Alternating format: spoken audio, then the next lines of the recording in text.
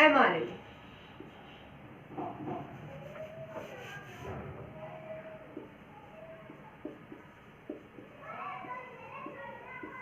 ठीक है, आज हम लोग जो स्टार्ट करने वाले हैं वो स्टार्ट करने वाले हैं mRNA को।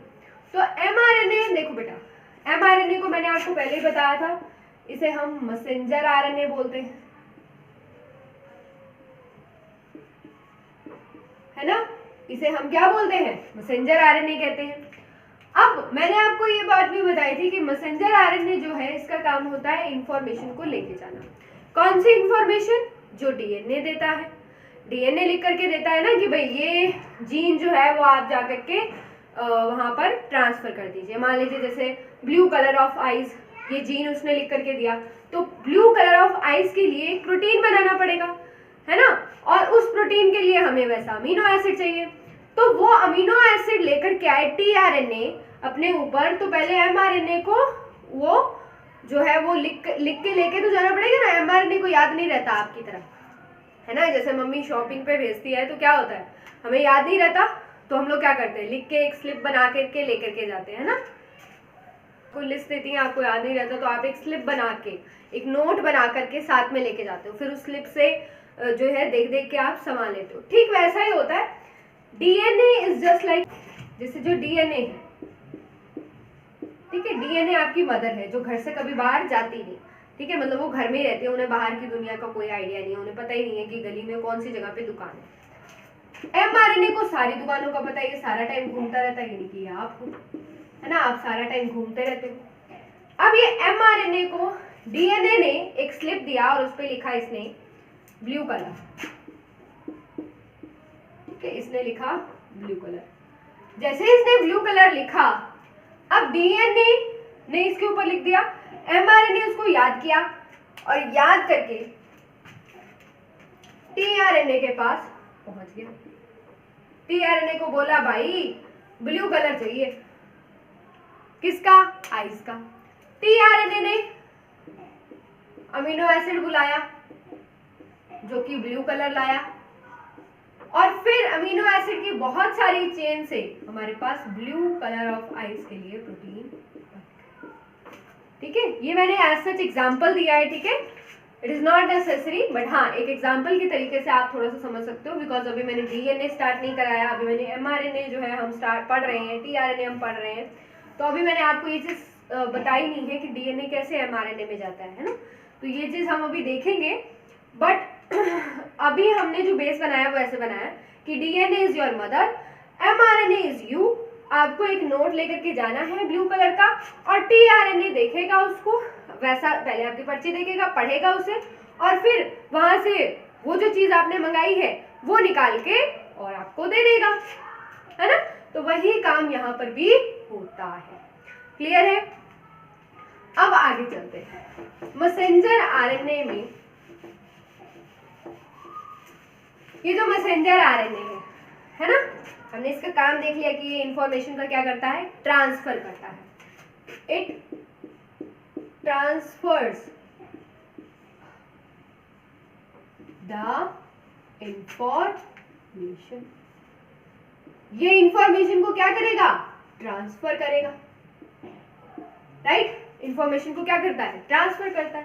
किसको ट्रांसफर करेगा, टीआरएनए को। ठीक है, अब देखते हैं कि यूकैरियोट में एमआरएनए कैसा होता है और प्रोकैरियोट में कैसा, प्रोकैरियोट में कैसा होता है। ठीक है, देखो यही चीजें अगर आप हायर क्लासेस के भी स्टूडेंट हो, बीएससी के स्टूडेंट हो, ठीक है, किसी भी ईयर के सेकंड के या थर्ड ईयर के अगर आप हो, तो आपको बता दिया जाए कि आपके मॉलिक्यूलर बायोलॉजी आती है जिसमें डीएनए चैप्टर जो है वो सेम एज इट इज आता है। ठीक है, तो आप चाहें तो तैयारी कर सकते हैं। मेरे वीडियोस जो होंगे वो मोर देन एनफ होंगे हायर लेवल स्टडीज के लिए भी, नीट के लिए भी एंड बोर्ड के लिए। जो स्टार्ट करते हैं हम लोग यूकैरियोट एमआरएनए और प्रोकैरियोट में एमआरएनए। यूकैरियोट में जो एमआरएनए होता है, इस एमआरएनए पर, ये एमआरएनए डायरेक्ट नहीं बनता। यूकैरियोट में डायरेक्ट एमआरएनए नहीं बनता। पहले क्या बनता है इससे? HNRNA। ठीक है, ये डायरेक्ट नहीं बनता, पहले इससे HNRNA बनता है। अब अगर इससे पहले HNRNA बनेगा तो इस HNRNA की खास बात क्या है? ये HNRNA कैसे, इसमें क्या होता है? देखो ये आपका mRNA है, ऐसे नहीं, सिंपल ही बना लेते हैं स्ट्रेट लाइन। ये आपका mRNA है, ठीक है।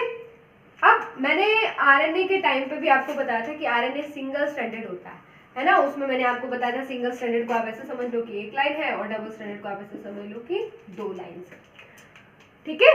ये मैंने आपको थोड़ा सा इसके बारे में बताया था। अभी हम इसको बहुत अच्छी तरह से भी अंडरस्टैंड करेंगे कि डबल स्ट्रैंड का मतलब क्या है, सिंगल स्ट्रैंड का क्या मतलब है।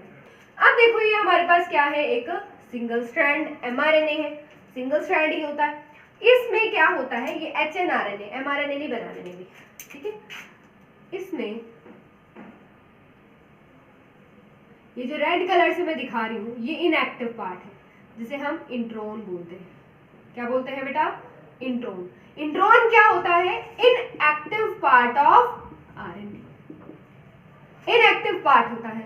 और ये होता है बेटा एक्सोन।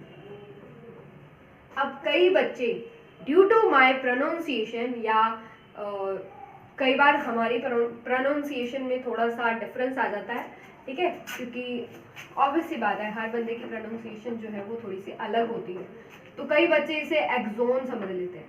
भाई ये वाला एक्सोन नर्व्स के अंदर आता है, आपके न्यूरल सेल के अंदर आता है।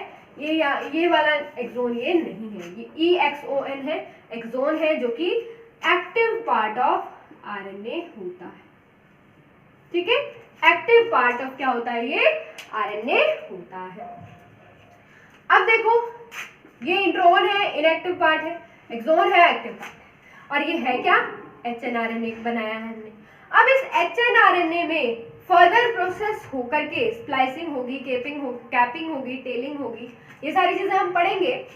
ये सब होने के बाद यहाँ पर mRNA बनता है, ठीक है। क्या बनेगा? mRNA। अब जो ये mRNA बनेगा, इसमें ये आपका mRNA है। इस mRNA में इनएक्टिव पार्ट जो है, ये वाला पार्ट जो है वो यहाँ पर एब्सेंट होगा, ठीक है। यानी कि जो इनएक्टिव पार्ट HNRNA में प्रेजेंट था वो mRNA में एब्सेंट होता है, ठीक है। मेजर डिफरेंस यही है, इसके अंदर सारे के सारे एक्सोन पाए, सारा का सारा क्या होगा? Active part. इसे हम mRNA बोलते हैं, ठीक है। अब देखो, और दूसरी बात, मैंने आपको जब RNA पॉलीमरेज वाला करवाया था उस टाइम मैंने बताया भी था कि जो RNA पॉलीमरेज वाला जो सिंथेसिस वाला था, वो डायग्राम, चलो मैं देखती हूँ उसको कि वो डायग्राम आया है कि नहीं, ठीक है। तो उसमें मैंने बताया था कि RNA जो पॉलीमरेज है ना, और उसके अंदर मैंने RNA पॉलीमरेज में मैंने ये बताया था कि जो mRNA है वो न्यूक्लियोप्लाज्म में मिलता है, यूकैरियोट में। कहाँ मिलेगा? न्यूक्लियोप्लाज्म। बट प्रोकैरियोट्स में हमने देखा था कहाँ मिलता है? साइटोप्लाज्म में। कहाँ मिलता है? साइटोप्लाज्म में, ठीक है। अब दूसरी बात, यहाँ पर किसी भी प्रकार का HNRNA नहीं बनता। क्या नहीं बनता यहाँ पे? HNRNA यहाँ पर नहीं बनता। HNRNA absent in prokaryotes. यहाँ पर डायरेक्टली mRNA बनता है, डायरेक्टली। और दूसरी बात, यहाँ पर क्योंकि HNRNA नहीं बनता तो इंट्रॉन एक्सोन वाला कोई भी कंसेप्ट यहाँ पर नहीं होता। Intron and exon concept is absent. ऐसा कोई भी यहाँ पर कंसेप्ट जो है वो नहीं पाया जाता है। तो हमने mRNA को देखा, mRNA को मैसेंजर RNA बोलते हैं, ठीक है। ये इंफॉर्मेशन को ट्रांसफर करने का काम करता है, सिंगल स्ट्रैंडेड होता है, ठीक है। यूकैरियोट में mRNA और प्रोकैरियोट में mRNA कैसा होता है? तो यूकैरियोट में HNRNA बनता है, डायरेक्टली mRNA नहीं बनता। HNRNA जो होता है उसके अंदर इंट्रॉन और एक्सोन पाए जाते हैं। इंट्रॉन इनएक्टिव पार्ट होते हैं, एक्सोन एक्टिव पार्ट होते हैं। जब फर्दर इसकी स्प्लाइसिंग, कैपिंग, टेलिंग हो जाती है, यानी कि फर्दर प्रोसेस के बाद जब mRNA सिंथेसाइज होता है उस समय इसमें जो इनएक्टिव पार्ट होते हैं वो सारे के सारे हटा दिए जाते हैं। हटने के बाद जो हमारे पास बचता है वो बनता है mRNA, जिसमें सारे के सारे एक्टिव पार्ट यानी कि एक्सॉन से मिलकर के बना हुआ होता है। कहाँ मिलता है? न्यूक्लियोप्लाज्म में मिलता है। प्रोकैरियोट की अगर बात करें तो इसमें जो mRNA है वो साइटोप्लाज्म में मिलता है। hnRNA जैसा कोई चीज यहाँ पर नहीं बनता। इंट्रॉन और एक्सॉन का कंसेप्ट यहाँ पर टोटली एब्सेंट होता है, डायरेक्टली mRNA यहाँ पर बनता है। क्लियर है? मैंने एक बार रिपीट भी कर दिया, ठीक है। तो ये हमने mRNA जो है वो पूरा पढ़ लिया है।